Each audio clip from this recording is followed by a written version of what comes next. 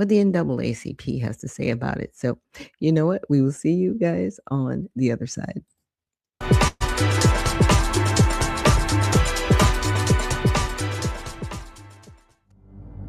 A life empowered is closer than you think. We're all looking for a better way. Reimagine with a new sense of exuberance. Why not power on like you mean it? Or power off blissfully? A better sleep is a better awake. You've never moved like this before.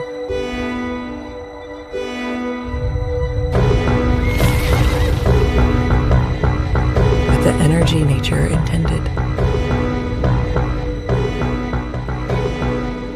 Imagine reprogramming the way you look at the speed of science.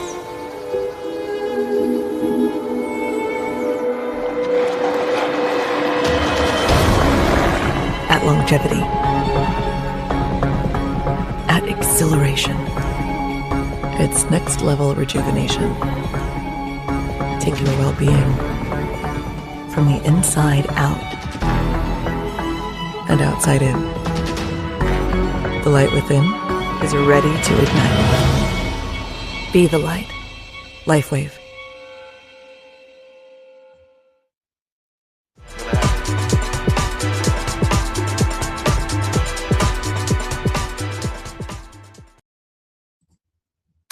And we are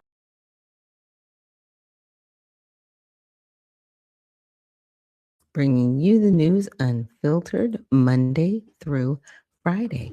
Thank you so much again for joining us here online. Now, we just finished up with just some updates from the Georgia Capitol, right? And I'm glad that they've passed a lot. But before we get into our next video, what I wanted to talk about is they said, okay, we've passed this legislation to help Georgians, right? We've lowered income tax. We're going to lower the property taxes. We're just going. But there's a caveat because, see, each county and city has different needs financially, and how they make their revenue is by taxing their constituents. And so when these constituents don't see the tax breaks, they blame the state. It's not the state, just the county and the city. So I ran this through Grok, and of course I have my question. I said, this new legislation passed by Governor Kemp for various taxes. Do the cities and counties have to follow this new legislation, or are there loopholes, right, where they do not have to follow the legislation? And the answer is yes. Cities and counties in Georgia must follow the key mandatory provisions of this new legislation signed by Governor Kemp. There are no loopholes, okay, cool, that allow them to opt out of the core requirements, especially on property taxes. Though one part is optional, okay, and there are ongoing constitutional challenges that could affect enforcement if successful in court. So the new legislation I'm referring to primarily is HB 463, which the governor talked about signing that one. That's Georgia Economic Growth and Tax Relief of Act of 2026. It focuses on state income tax cuts. Rate drops from 5.19% to 4.99% starting January 1st, 2026. Okay, with possible further reductions, bigger standard dependent deductions, higher retirement income exclusion, temporary exclusions for some overtime pay and tips, and repeals of certain state tax credits and sales use tax exemptions. Now, Senate Bill 33, which was another one he mentioned, is the Home Ownership Opportunity and Market Equalization Act of 2026. It was a property tax relief bill, the one that directly impacts local governments the most. So why cities and counties must comply, no opt-out, for the main rules: property tax assessment cap. So the big mandatory part of SB 33, this makes Georgia's existing base year or floating homestead exemption mandatory statewide for all cities, counties, school districts, and other local taxing authorities. It caps how much the taxable assessed value of a qualifying home can rise each year, generally limited to the inflation rate. And I'm so glad for this because, again, like I said, certain cities and counties will say, well, my budget isn't what this budget is over here because obviously might be a smaller county. We have bigger demand. But at the same time, the assessment's gone up so much that it's just unreasonable, right? So previously, under the 2024 HB 581, many local governments and schools could opt out of this cap, and a lot did. About 68% of school districts and 30% of counties. So they were getting around actually having to give people these tax breaks. Now, HB 33 eliminates that opt-out option entirely. Local governments must apply the cap. There is no loophole or local discretion to ignore it. Thank goodness. Thank you. Because I was just like, does it matter?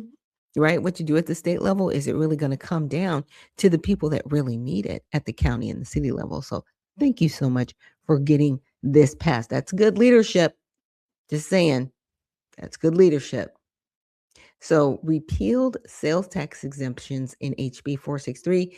Any sales use tax exemptions that were repealed now apply to both state and local sales taxes, including local option sales taxes that cities and counties collect. Local governments must follow the new statewide rules on what is taxable. Other local tax rules in the bills, state law governs how property taxes and sales taxes work in Georgia. Local governments administer and collect them, but cannot override state mandates like this. And I'm so glad.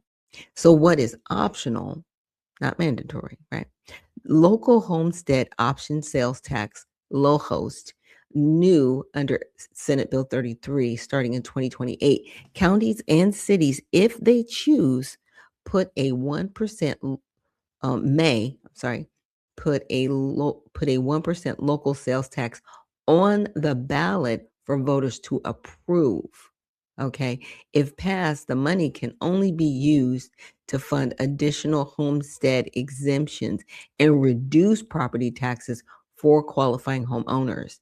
This is a tool to help offset any local revenue loss from the assessment cap, but no local government is required to adopt it, right? So it's something that further helps, but they don't have to do it.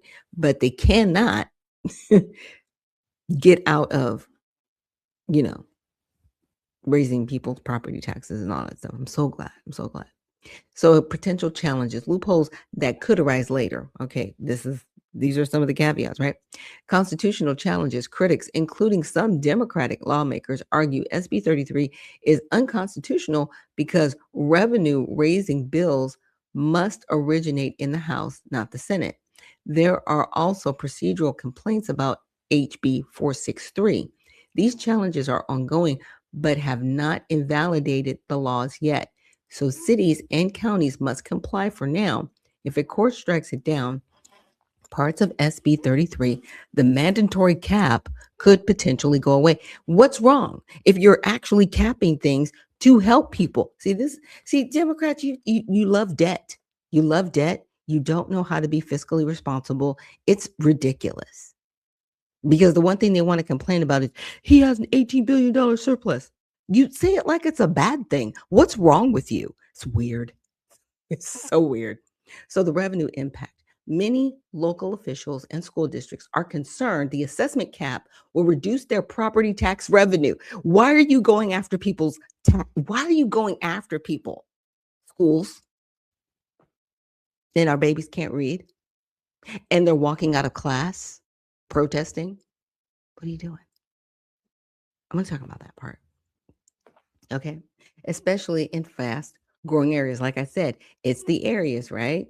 It depends on the spending that people have, how they're going to go about this and really be upset about it or not.